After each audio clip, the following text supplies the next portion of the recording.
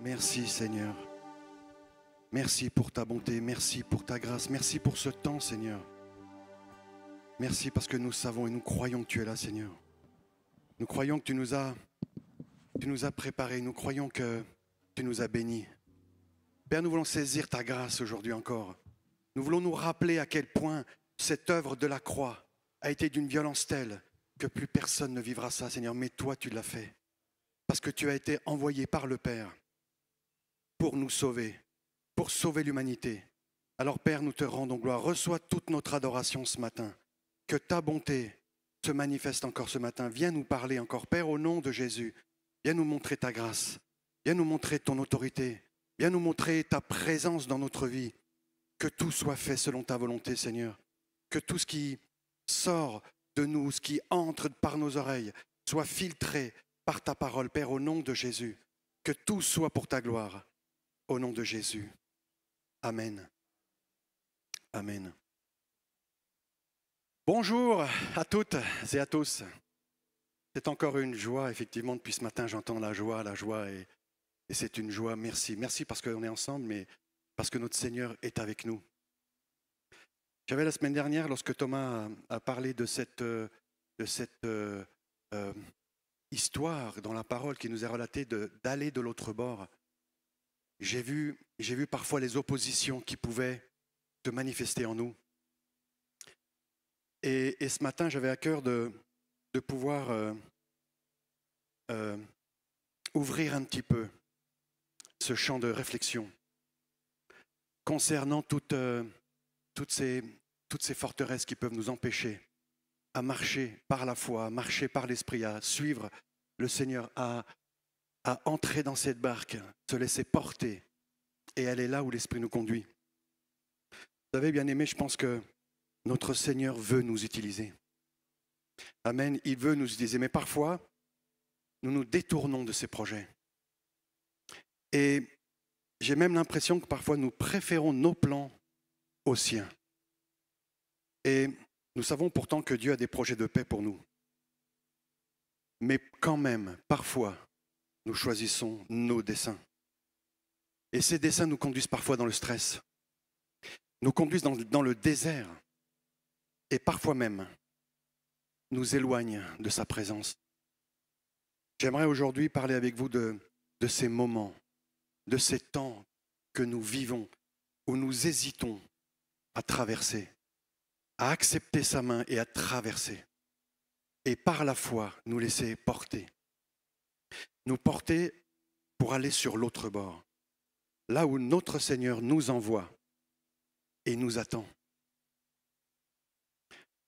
J'ai remarqué que notre Dieu utilise plusieurs moyens. Il utilise plusieurs moyens pour nous appeler et pour nous conduire là où nous devons aller. Parfois, ces endroits nous conviennent. Parfois, nous pouvons les ressentir, les voir, et parfois, ça nous convient, mais parfois, nous préférons regarder ailleurs. Et parfois également, nous pouvons ignorer même la volonté de notre Seigneur. Lorsque nous décidons d'obéir au Saint-Esprit, quoi que nous fassions pour notre Seigneur, quel que soit notre appel, il sera là avec nous. Nous l'avons chanté ce matin, il sera là avec nous et tout se passera dans sa paix et dans sa joie. Amen. Et de la même manière que le Saint-Esprit nous donne ses directives, il nous donne le quand, il nous donne le comment faire. Et bien de la même manière, il nous conduit. De la même manière, il nous conduit afin d'éviter les pièges et même de discerner les personnes qui ont un appel pour nous détourner, pour nous séduire, pour nous ralentir, pour nous piéger et pour même nous donner des arguments pour fuir le plan que Dieu souhaite que nous réalisions pour lui. Soyons attentifs, soyons vigilants, discernons. Ne nous détournons pas du but à atteindre, quelles que soient les circonstances et quelles que soient ces personnes qui parfois, je pense, c'est que mon point de vue, ont elles-mêmes un appel pour nous empêcher. Tout d'abord, nous recevons un ordre. Nous recevons un ordre sous forme de sensation, d'impression, un sentiment, une voix claire parfois ou une image. Toutes ces perceptions doivent être empreintes de paix et sans confusion.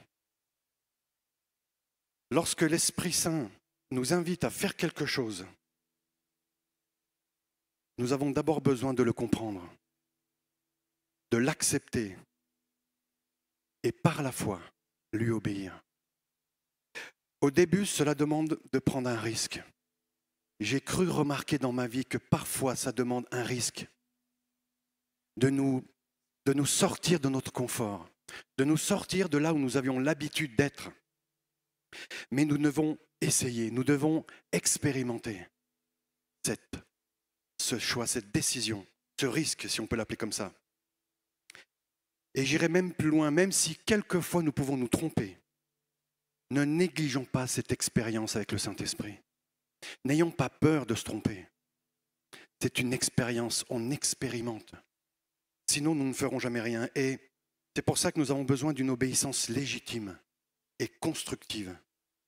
Parce que notre comportement obéissant à notre Dieu doit accomplir ses plans et profiter à quelqu'un. Parce que Dieu est venu pour chacun d'entre nous. Jésus a fait cette œuvre pour chacun d'entre nous et aussi pour le monde. Donc notre comportement obéissant doit accomplir les plans de Dieu et profiter à quelqu'un. Nous avons besoin de comprendre pour agir. Nous avons un exemple dans la parole de Dieu d'un serviteur de Dieu qui reçoit une direction et une mission. J'aimerais vous emmener dans le livre de Jonas, au chapitre 1, le verset 1. Alors je vais vous lire la version français courant et vous allez avoir la S21 ici, mais la parole du Seigneur fut adressée à Jonas, fils d'Amittai. Lève-toi, pars pour Ninive, la grande ville. Prononce des menaces contre elle, car sa méchanceté est arrivée jusqu'à moi. Nous voyons ici que Jonas a reçu une parole de Dieu divisée en 3 parties. Il y a d'abord, lève-toi. Nous sommes quelque part, nous faisons quelque chose, levons-nous. Ensuite, il nous dit, pars. Ici, il y a un changement de direction. Et ensuite, agis selon ma volonté. Nous avons l'exemple d'un ordre clair et nous voyons que cet ordre implique de faire quelque chose. D'arrêter ce que nous sommes en train de faire et décider de faire ce que nous avons compris et reçu. Jonas a reçu une consigne précise, mais j'ai l'impression qu'il n'avait pas la paix. Vous savez, la paix que Dieu nous donne avec ses recommandations peut être altérée, voire même annulée par nos pensées et nos raisonnements. Nos pensées et nos raisonnements peuvent annuler le projet que Dieu nous demande d'accomplir. Amen. Pratiquer les œuvres de Dieu et obéir à notre Seigneur n'est pas toujours agréable, ni divertissant. Ne nous méprenons pas. Marchons par la foi. Parce que dans l'exemple de Jonas, sa mission est de prononcer des menaces contre un peuple. C'est pas agréable, ça. Et cette menace est dans le but de faire changer ce peuple, sortir ce peuple de ses mauvaises habitudes. Parce qu'elles sont en horreur devant notre Dieu. Et ce changement, dans la Nouvelle Alliance, s'appelle métanoïa. Méta signifie changement. Noia, entendement.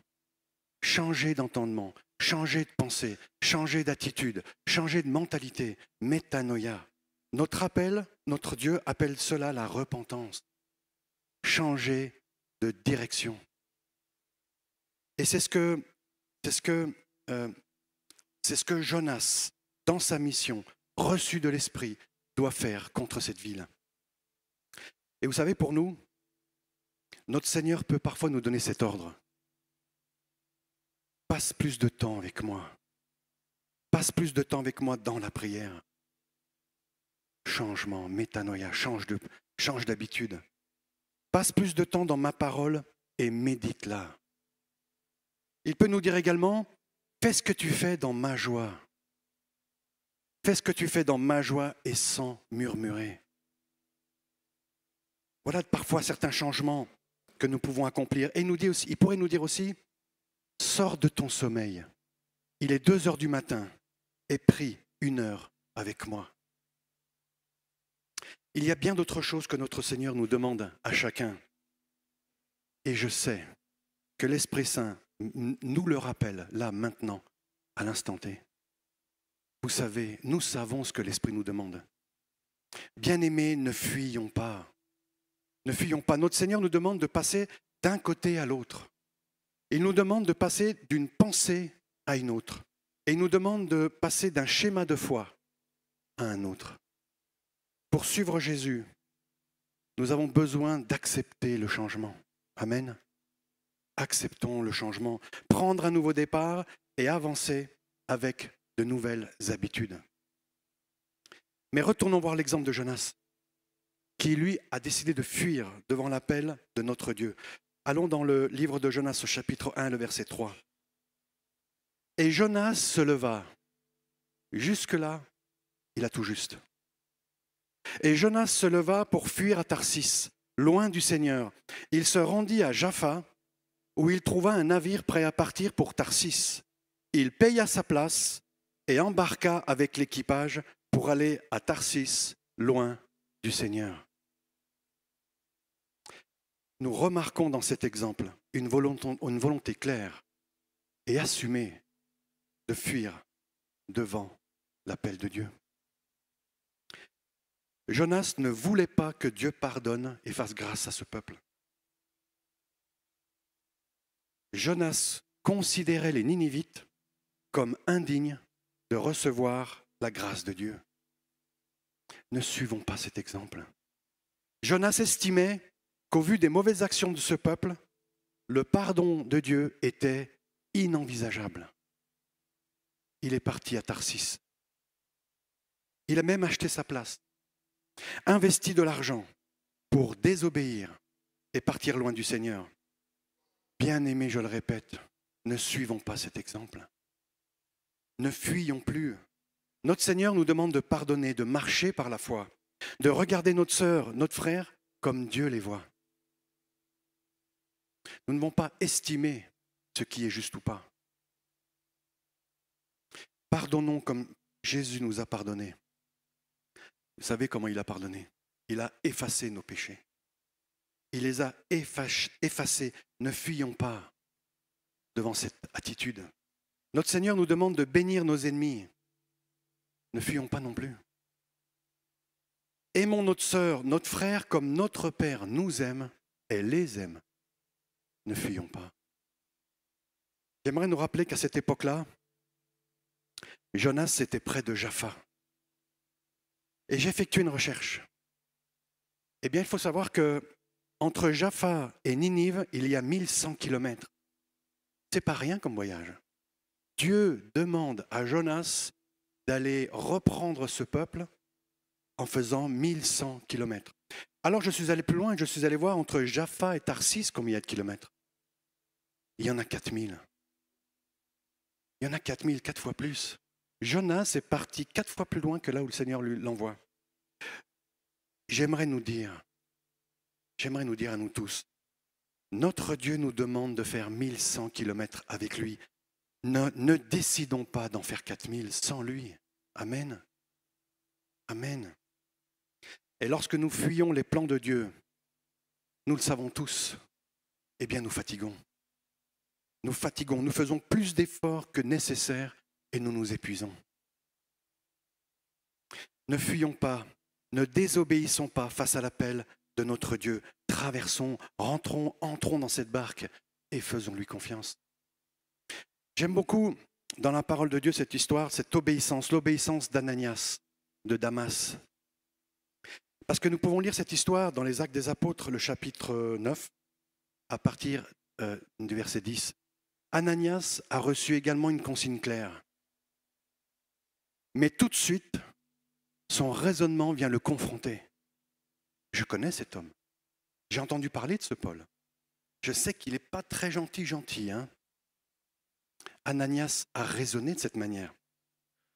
Mais vous savez, ce n'est pas dramatique en soi. Ce qui aurait été dramatique, c'est qu'il se soit soumis à cette pensée. C'est qu'il se soit appuyé sur son intelligence pour agir. ou pas agir dans ce cas? En fuyant, par exemple. Mais gloire soit rendue à Dieu, il a obéi. Il a obéi et il n'a pas écouté ses peurs. Il a accompli la volonté de Dieu. Amen. Et nous connaissons aujourd'hui la valeur et l'impact de son obéissance dans notre vie d'aujourd'hui. Merci Père pour ce frère Ananias. On l'entend ici uniquement une fois. Il a eu peur, il a été confronté aux mêmes difficultés que nous, mais il a accepté par la foi de dire je vais y aller. Je risque peut-être ma vie, c'est risqué, c'est peut-être dangereux pour moi. Je vais peut-être être mal accueilli, peu importe. Il y est allé. Et heureusement, parce que Paul nous a livré, par son obéissance également, des connaissances profondes. Et il nous a donné des connaissances profondes sur la parole de Dieu, sur le royaume, sur notre Père céleste, mais également sur les plans de Dieu pour chacune de nos vies. Merci Père pour Paul, pour Ananias qui ont obéi. Levons-nous, partons là où l'Esprit de Dieu nous conduit. Amen. Levons-nous et partons. Montons dans la barque, changeons d'environnement et faisons confiance à notre Père céleste. Amen. Et c'est à ce moment-là que nous avons besoin de naviguer par la foi. Lorsqu'on entre dans cette barque, on perd un petit peu le contrôle. Et là, il faut naviguer par la foi. Naviguer par la foi, nous attacher à la parole de Dieu, c'est ce qui va nous conduire. La parole de Dieu, nous attacher à la prophétie, nous attacher à la vision, nous attacher à quoi que ce soit que nous avons reçu qui nous donne un cap. Amen. Gardons le cap. Restons concentrés sur l'objectif, sur le but fixé par l'Esprit de notre Seigneur et bien sûr sans nous laisser distraire. Ne nous laissons plus distraire par qui que ce soit, par quoi que ce soit, ni même par nos raisonnements, ni même par la peur, ni même que les risques que nous estimons que nous pouvons rencontrer lorsque nous suivons Christ. C'est nous qui l'estimons. N'ayons pas peur. Et ce qui est extraordinaire, c'est que j'ai remarqué que nous avons parfois du mal à transposer les exemples de la parole de Dieu pour notre vie d'aujourd'hui. C'est ce que j'essaye de faire. C'est Jonas qui a vécu ça il y a quelques centaines d'années. Et aujourd'hui encore, cette histoire doit nous parler pour notre vie de tous les jours. Et lorsque nous lisons des exemples comme celui de Jonas, nous pouvons par exemple regarder son attitude et la comparer avec la nôtre aujourd'hui. Si notre Père céleste bénit, alors nous pouvons la reproduire et nous l'approprier. Mais si notre Seigneur la condamne, alors n'imitons pas cette mauvaise attitude. Lorsque nous désobéissons, nous nous retrouvons dans des situations parfois désagréables et inconfortables. Nous le savons, Pierre-Paul en a parlé tout à l'heure. La parole de Dieu nous dit que nous aurons quelques situations désagréables à traverser. Mais nous savons que nous sommes sur le bon chemin parce que le Saint-Esprit crie à notre conscience. Nous le savons lorsque nous le sommes. Le Saint-Esprit crie à notre conscience lorsque nous ne sommes pas sur la route, sur le chemin, là où Dieu nous attend. Il nous le crie, il nous prévient, il nous montre des signes, il nous interpelle. Et parfois la paix nous quitte. Mais c'est souvent à ce moment-là, lorsque nous nous sommes éloignés des plans de Dieu, où nous nous éloignons également de sa présence. Lorsque nous sommes à côté, nous pouvons, alors bien sûr qu'il est là, mais c'est à ces moments-là où nous avons l'impression de moins sentir, de moins prier, de moins être engagés. Parfois, c'est lorsque nous sommes sur le mauvais chemin, nous avons fait le mauvais choix, nous nous sommes peut-être détournés. Vous savez, c'est dans ces moments-là que l'ennemi nous charge. Lorsque nous nous éloignons du plan de Dieu, lorsque nous nous éloignons du troupeau, alors l'ennemi peut nous charger de toutes sortes de mauvaises pensées. Et lorsque nous ne le discernons pas, eh bien nous allons prier, nous allons proclamer, mais rien n'y fait. Rien n'y fait. Bien-aimés, ne nous égarons pas sur des chemins tortueux. Notre Père a balisé ses chemins. Ne laissons pas nos raisonnements nous éloigner de ces routes, de ces chemins. Vous savez, nous connaissons la suite de l'histoire de Jonas. La tempête qui accompagne sa fuite. La tempête a frappé le bateau et l'équipage, et ensuite Jonas a été jeté par-dessus bord. Mais allons lire dans la parole de Dieu. C'est dans le livre de Jonas au chapitre 1, les versets 4 et 6. 4 à 6. Mais le Seigneur lança un vent violent sur la mer. Il y eut une telle tempête que le navire sembla prêt à se briser. Les marins furent saisis de peur. Chacun appela son propre Dieu à grands cris. Puis ils jetèrent le chargement à la mer pour alléger le navire. Jonas, lui, était descendu au fond du bateau. Il s'était couché et dormait profondément. Le capitaine du navire s'approcha de lui et l'interpella ainsi. « Que fais-tu là? Tu dors? Lève-toi donc, appelle ton Dieu au secours. Il se souciera peut-être de nous, lui, et il ne nous laissera pas mourir. » Même les non-croyants l'ont interpellé. « Qu'est-ce que tu fais? » Ne nous laissons pas interpeller par ceux qui nous entourent, par les gens du monde. Mais qu'est-ce que tu fais? Tu as un Dieu et tu dors. Bien-aimés, n'allons pas dormir. Lorsque nous sommes en fuite devant la volonté de notre Dieu, nous n'avons plus le temps. Nous n'avons plus le temps, nous devons racheter le temps et ne plus le gaspiller pour dormir. Vous savez, lorsque nous fuyons, notre Seigneur va utiliser une manière bien à lui de nous convaincre, pour nous convaincre et nous ramener sur le bon chemin. Ici, c'était une tempête. Pour interpeller Jonas, il allait faire 4000 kilomètres. Heureusement, Dieu l'a interpellé avant. Mais avant de nous ramener sur le bon chemin, lorsque nous fuyons, nous risquons de rencontrer quelques obstacles. Des obstacles que nous n'aurions jamais rencontrés si nous avions obéi. Je le pense. Le découragement, la peur, le doute nous guettent pour nous détourner des projets de Dieu. Mais également des Sambala et des Tobia qui se sont opposés à Néhémie lorsqu'il a reçu et accepté de reconstruire le temple. Et puis, nous avons partagé avec notre sœur Ange vendredi sur la torpeur. Et eh bien, j'étais interpellé lorsque nous avons partagé sur ce mot torpeur parce que la torpeur, c'est l'état de quelqu'un chez qui l'activité psychique, l'activité physique et la sensibilité sont réduites. Et j'aimerais juste vous citer les synonymes.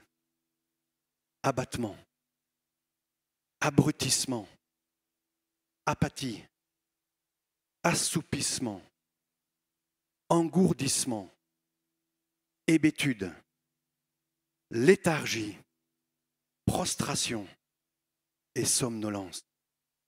La torpeur, ne laissons pas la torpeur nous guetter, nous saisir au nom de Jésus. Amen. Ne nous laissons pas séduire par ces bêtes. Ne nous laissons pas séduire par ce qui nous attire dans un pseudo-confort. Travaillons à servir notre Dieu, quel qu'en soit le prix. Ne nous laissons pas séduire par ces bêtes et dévier des projets de Dieu. Amen. Obéissons à notre Seigneur avec courage et ne fuyons pas. Vous savez, je pense que lorsque nous obéissons, des promesses et des bénédictions sont attachées à notre appel. Ne laissons plus les raisonnements des pensées nous empêcher d'agir selon notre Seigneur. Jonas connaissait son Dieu, mais il a fui quand même. Allons le lire dans le livre de Jonas, toujours, chapitre 1, les versets 9 et 10. Et Jonas répondit au matelot, « Je suis hébreu, et c'est le Seigneur, le Dieu qui est dans les cieux et qui a créé les mers et les continents qui est mon Dieu. » Les marins furent saisis d'une grande crainte en apprenant que Jonas s'enfuyait loin du Seigneur, et ils lui ont dit, « Pourquoi agis-tu ainsi ? Pourquoi agis-tu ainsi ?» Même les compagnons de voyage de Jonas ne comprenaient pas son attitude désobéissante. Ma sœur, mon frère, ne fuyons pas. Nous savons où Dieu nous emmène. Et c'est un pays où le lait coule, le miel. Certes, il y a quelques difficultés, mais l'endroit nous attend. Ne fléchissons pas. Vous savez, ces personnes ont été effrayées. Peut-être que des gens autour de nous pourraient être effrayés de ce que nous vivons, mais ces gens-là ont été effrayés lorsqu'ils ont compris que Jonas fuyait loin de ce Dieu qui a créé les mers et les continents. Des gens nous regardent et nous sommes leurs témoins. Nous sommes des témoins, les témoins de Christ. Et ils voient que nous avons la paix, quelles que soient les circonstances. Et ils voient que nous marchons avec assurance. Et ils savent que notre Dieu a créé les mers et les continents. Vous savez, je pense que nous connaissons notre Père. Ne fuyons plus. Ne fuyons pas lorsque, dans sa parole, il nous commande de pratiquer les œuvres qu'il a préparées d'avance pour chacun d'entre nous. Il a préparé des œuvres. Acceptons de suivre notre Dieu. N'oublions pas que lorsque notre Seigneur nous appelle et nous envoie, eh bien, il prévoit toujours le chemin. Il prévoit un véhicule et des encouragements pour passer sur l'autre bord. Acceptons de marcher par la foi et de voyager, de faire ce voyage avec assurance et avec persévérance. Amen. En sachant que chacun d'entre nous est dans cette barque et que notre Seigneur s'y trouve aussi. Alors n'hésitons pas à proclamer des paroles encourageantes pour nos compagnons de route. Trop souvent, nous relevons, le monde fait ça, nous relevons ce qui ne va pas. Tu n'aurais pas dû faire ça. Puis c'est mieux comme si. Puis pourquoi tu as fait ça? Mais c'est mieux comme ça. Encourageons-nous. Ce que tu as fait, c'est bien. On peut peut-être faire ça. On peut expérimenter peut-être ça. C'est tellement important d'être encouragé. Vous savez, je pense que nous traversons tous des moments difficiles. Et pour ma part, je n'ai pas envie d'avoir encore des remarques qui me mettent encore des boulets, qui me mettent des chaînes, qui m'entravent, qui me mettent des bâtons dans l'air. Où Dieu soit loué, j'ai la foi. Je remets tout ça entre les mains de Dieu et j'avance. Mais pourquoi rajouter de la souffrance, de la lourdeur, alors que j'en ai déjà? Encourageons-nous les uns les autres. Regardons ce qui va bien et regardons et sachons et prenons conscience que l'Esprit de Dieu est avec notre frère. L'Esprit de Dieu conduit notre sœur également. Faisons confiance à Dieu. Si nous ne faisons pas confiance à notre sœur, à notre frère, faisons confiance à Dieu qui, lui, il s'en occupe. Encourageons-nous les uns les autres. Amen. Vous savez, j'aimerais juste vous raconter, un jour je priais à la maison et j'ai eu cette vision où j'étais dans une barque au milieu d'un lac et il ne se passait rien. J'avais pas de moteur, rien. J'étais là, perdu au milieu d'un lac et je voyais que de l'eau et le bout de ma barque. Et à un moment donné, j'ai vu une silhouette. J'étais peut-être à 200, 300 mètres du bateau. Et cette silhouette était habillée d'une robe blanche et lumineuse. Je le voyais de dos et il ne m'a pas parlé, mais j'ai compris qu'il me demandait de le suivre. Mais j'ai eu peur, parce qu'entre lui et moi, il y avait de l'eau. Et je sais ce que c'est qu'un lac. Et que, pour ma part, en tout cas, c'est pas naturel de marcher là-dessus. Mais à un moment donné, après un peu d'insistance, je suis sorti, insistance de sa part à mon égard, je suis sorti et je vous assure que je n'ai pas regardé mes pieds. J'ai regardé que cette silhouette lumineuse devant moi, j'ai regardé, je l'ai suivi et j'ai vu qu'il m'a accompagné jusqu'à la berge. Et lorsque nous étions sur la berge, il est rentré lui le premier bien sûr, il était devant moi, et lorsque je suis arrivé, il a disparu. J'ai compris à ce moment-là que nous devons sortir de cette barque. Oui, il y a des risques, oui, ça semble humainement qu'il y ait des risques, mais il est avec nous. Et vous savez, j'étais tellement inquiet à ce moment-là, je ne comprenais pas trop. Le dimanche suivant, je suis venu dans cette assemblée et j'ai vu une sœur qui a pris la parole, qui s'est levée, une sœur que j'avais jamais entendue parler, jamais prophétiser. Et cette sœur s'est levée, elle a dit Dieu me montre qu'il y a quelqu'un qui est dans une barque et il te demande de sortir. Il sait que tu es sorti, mais il veut que tu marches avec lui maintenant. Vous savez, ces paroles encourageantes, c'est bien mieux que toutes sortes de propos. Parfois, nous voulons enseigner notre sœur. Nous voulons reprendre notre frère en disant « Oh là là, je vais lui expliquer parce qu'il se trompe. » Encourageons-nous les uns les autres par des paroles réma de Dieu. Ça m'a rassuré parce que je ne comprenais pas ce rêve. Je ne comprenais pas cette vision parce que j'étais réveillé, mais je ne comprenais pas clairement en tout cas. Et cette sœur m'a complètement rassuré. Merci Seigneur. C'est pour ça que la parole de Dieu nous rappelle que la foi, c'est posséder déjà la chose qu'on espère. Nous espérons aller de l'autre bord. Croyons que nous le possédons déjà, que nous sommes déjà passés, quelles que soient les situations. Et la parole de Dieu rajoute, nous devons être persuadés que cette chose que nous demandons et que nous ne voyons pas existe vraiment. Lorsque nous sommes encore dans la barque et que nous souhaitons aller de l'autre côté, alors croyons que nous le possédons déjà, que nous possédons déjà l'arrivée, que nous possédons déjà ce que nous avons demandé, parce que c'est la volonté de Dieu. Ne laissons plus qui que ce soit nous entraver et nous poser des doutes. Nous poser des doutes. Si c'est nous qui craignons, qui avons peur, c'est autre chose. Pierre est sorti de la barque. Il a obéi. Parfois, nous pouvons chuter. Mais ce n'est pas grave. Mais sortons de la barque. Et je me suis toujours dit, il a fait peut-être un pas, il a peut-être fait 2 pas. Mais Seigneur, qu'est-ce que j'aimerais faire 2 pas sur l'eau, moi. Amen. Notre Seigneur va utiliser tous les moyens à sa disposition pour nous convaincre et nous donner tout ce dont nous avons besoin pour le voyage. Faisons-lui confiance. Et nous voyons aussi qu'il peut même parfois insister très fortement. J'aimerais retourner dans le livre de Jonas au chapitre 3, les versets 1 à 3. Une deuxième fois, le Seigneur donna cet ordre à Jonas. Debout, pars pour Ninive, la grande ville, et fais-y entendre le message dont je te charge. Cette fois-ci, Jonas obéit à l'ordre du Seigneur et se mit en route pour Ninive. C'était une ville prodigieusement grande, il fallait 3 jours pour la traverser. Il y a tellement de choses qui peuvent nous inquiéter. Debout, pars et fais-y. Et cette fois-ci, il a obéi. Nous avons entendu ce matin tout ce temps qu'on peut perdre parfois. Thomas a parlé de ce moment où nous pouvons passer du temps à un endroit où Dieu ne nous demande pas d'être. Ne perdons plus ce temps-là. Allons là où l'Esprit nous conduit. Et parce qu'enfin, nous voyons que Jonas a obéi. Jonas a obéi et a proclamé la parole de Dieu et les menaces contre cette ville. Et il y a eu la repentance. Et ce peuple a renoncé à ses mauvaises actions. Sinon, cette ville allait être détruite.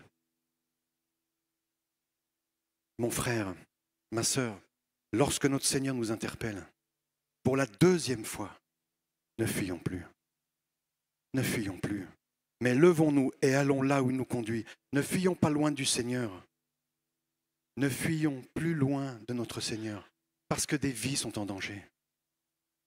Des vies sont en danger. Vous savez, parfois c'est effrayant, nous en avons parlé un petit peu, parfois c'est effrayant de réaliser les desseins que notre Dieu nous confie.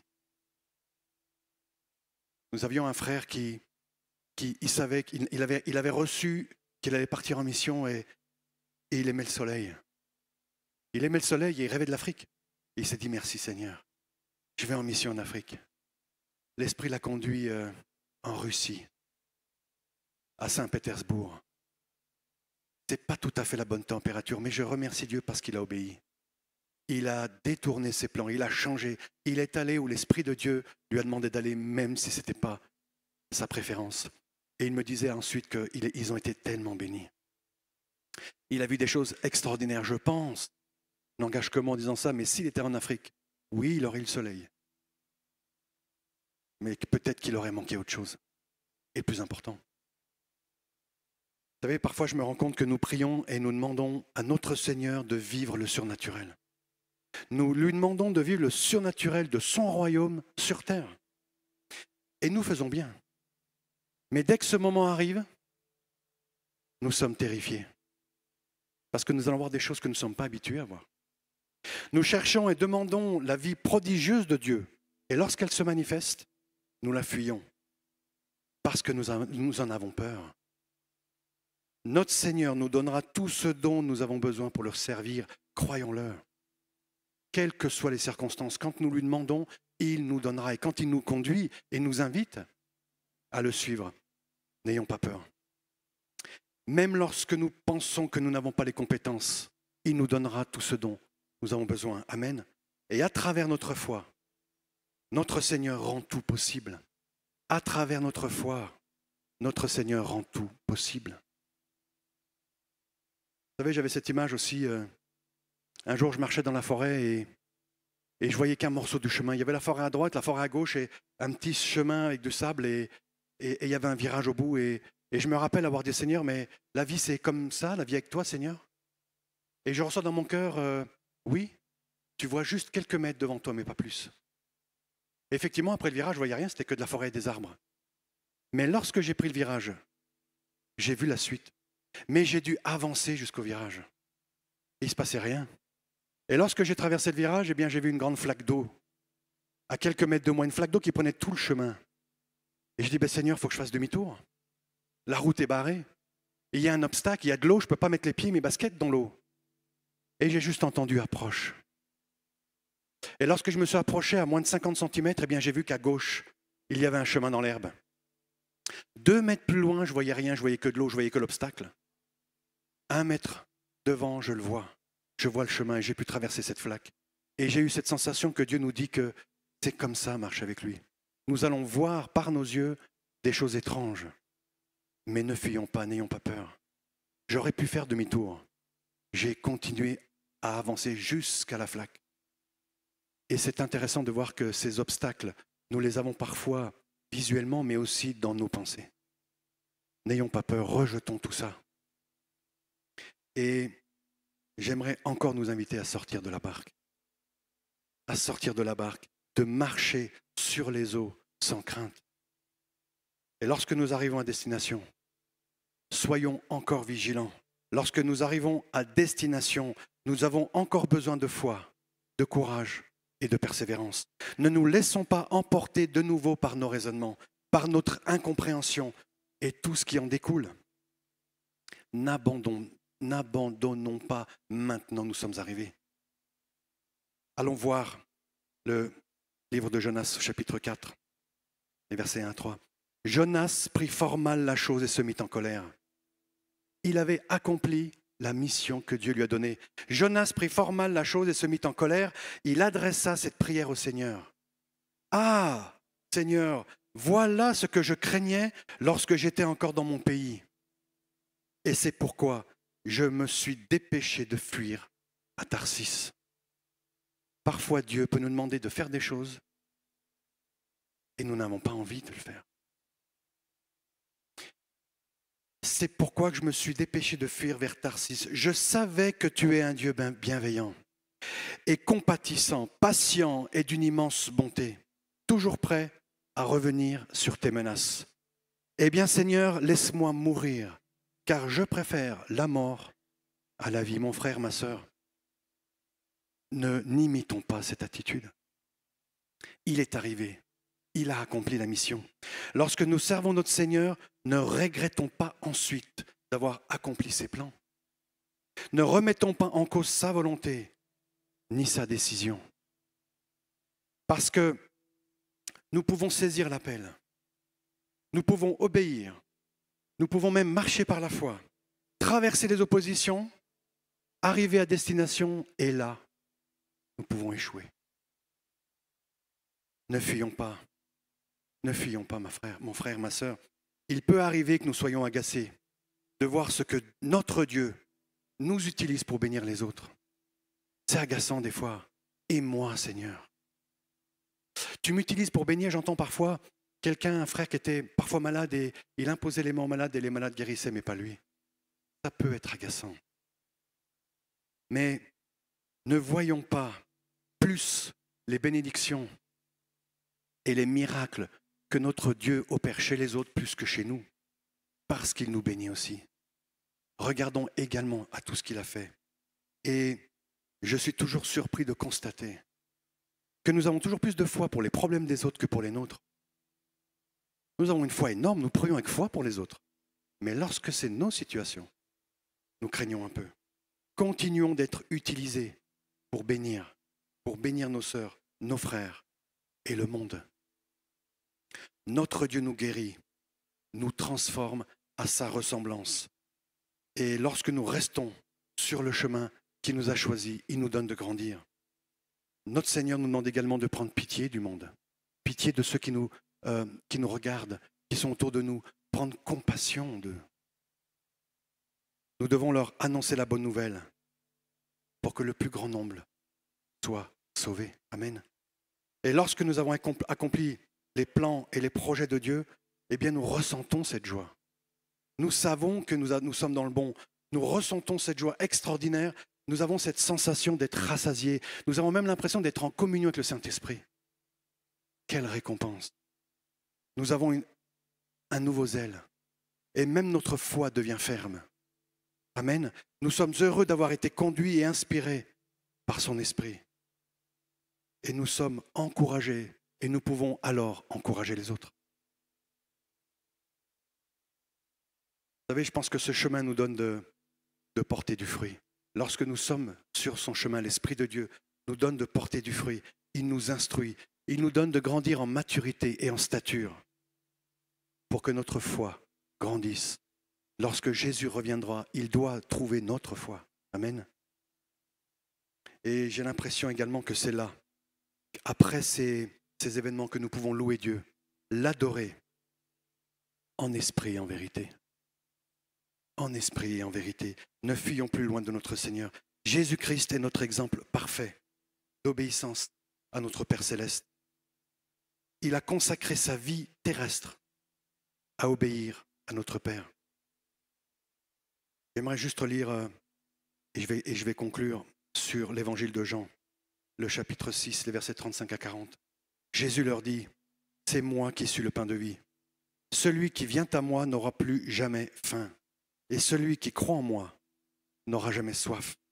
Mais je vous l'ai dit, vous m'avez vu, et pourtant vous ne croyez pas. Tous ceux que le Père me donne viendront à moi, et je ne mettrai pas dehors celui qui vient à moi. En effet, je suis descendu du ciel pour faire non pas ma volonté, mais celle de celui qui m'a envoyé. Or, la volonté du Père qui m'a envoyé, c'est que je ne perde aucun de tous ceux qu'il m'a donnés, mais que je les ressuscite le dernier jour. En effet, la volonté de mon Père, c'est que toute personne qui voit le Fils et qui croit en lui ait la vie éternelle. Et moi, je la ressusciterai le dernier jour. Amen. Amen. N'hésitons pas à imiter la foi et l'obéissance de Jésus. Notre dessein, notre nourriture est de faire la volonté de notre Dieu. Lorsque l'Esprit de Dieu nous envoie, ne lui résistons plus. Ne le fuyons pas. Amen. Et faisons-lui confiance. Faisons-nous confiance et travaillons à l'œuvre de Dieu. J'aimerais conclure. Les musiciens peuvent me rejoindre s'ils veulent bien. Bien-aimés, je nous encourage à apprendre à nous appuyer sur la parole de Dieu pour comprendre et saisir ce que l'Esprit de Dieu nous demande de faire. Et décidons de pratiquer ses œuvres et non les nôtres. Apprenons à développer et reconnaître la voix de Dieu pour discerner ses paroles réma parmi toutes les autres dans notre tête. Nous devons avoir l'assurance d'être dans ses plans. Amen. Et avec cette assurance, recevoir sa paix et sa joie dans toutes nos circonstances. Nous pouvons penser parfois que nos plans et nos projets sont mieux que ceux de notre roi. Nos desseins parfois peuvent paraître gratifiants.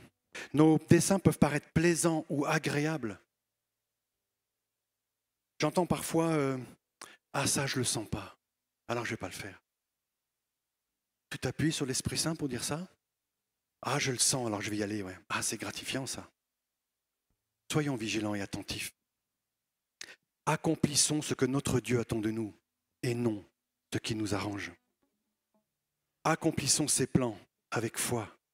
Croyons qu'il est avec nous, croyons qu'il marche avec nous, qu'il est dans la barque, qu'il nous conduira, il ne nous laissera pas nous égarer aussi longtemps que nous restons attachés à lui. Notre Seigneur Jésus, l'exemple parfait de l'obéissance à notre Père céleste. Pourtant, son plan, le plan qu'il a accompli, porter la croix, n'était pas si agréable que ça. Et pourtant, il l'a fait pour chacun d'entre nous. Gloire soit rendue à Dieu. Vous savez, je crois que le plan de Dieu est parfait. Et les projets de Dieu pour chacun d'entre nous sont parfaits. Amen. Et ce plan est le salut de l'humanité. Il nous donne la vie en abondance et surtout la vie éternelle. Et pour finir, j'aimerais nous laisser avec la parole de Dieu. Et je vous emmène dans l'épître aux Philippiens, le chapitre 2, les versets 5 à 11.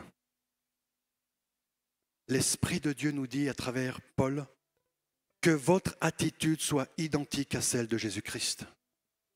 Lui qui est de condition divine, il n'a pas regardé son égalité avec Dieu comme un butin à préserver, mais il s'est dépouillé lui-même en prenant une condition de serviteur, en devenant semblable aux humains. Reconnu comme un simple homme, il s'est humilié lui-même en faisant preuve d'obéissance jusqu'à la mort. Même la mort sur la croix. C'est aussi pourquoi Dieu l'a élevé à la plus haute place et lui a donné le nom qui est au-dessus de tout nom, afin qu'au nom de Jésus, chacun plie le genou dans le ciel, sur la terre et sous la terre, et que toute langue reconnaisse que Jésus-Christ est le Seigneur, à la gloire de Dieu le Père. Amen. Bien-aimés, ne fuyons plus devant les œuvres inspirées de l'Esprit Saint. Marchons avec confiance. Et notre Seigneur nous y attend. Notre Seigneur nous attend de l'autre côté avec les récompenses. Ne fuyons pas. Amen. J'aimerais prier. Père, nous te rendons gloire. Père, nous te rendons gloire parce que tu nous interpelles, parce que tu nous montres tout le chemin que nous avons parcouru, tous les miracles qui nous ont accompagnés, nous et nos familles. Alors Père, nous te bénissons. Père, nous te rendons gloire. Nous voulons te donner toute la gloire et merci de nous conduire. Père, je te prie pour chacune de mes sœurs, pour chacun de mes frères. Père, viens faire tomber encore ces dernières forteresses au nom de Jésus. Père, que à l'arrivée, que personne n'abandonne, Seigneur. Que notre caractère, que notre entendement soit transformé, Père, au nom de Jésus. Nous voulons te ressembler, Jésus. Nous voulons t'aimer et marcher avec toi. Père, que toute la gloire te soit rendue. Continue ton œuvre dans chacun d'entre nous. Donne-nous de marcher sur les chemins que tu as préparés d'avance. Donne-nous cette assurance, Seigneur, que tu es là et que rien ne peut nous déstabiliser. Au nom de Jésus. Amen.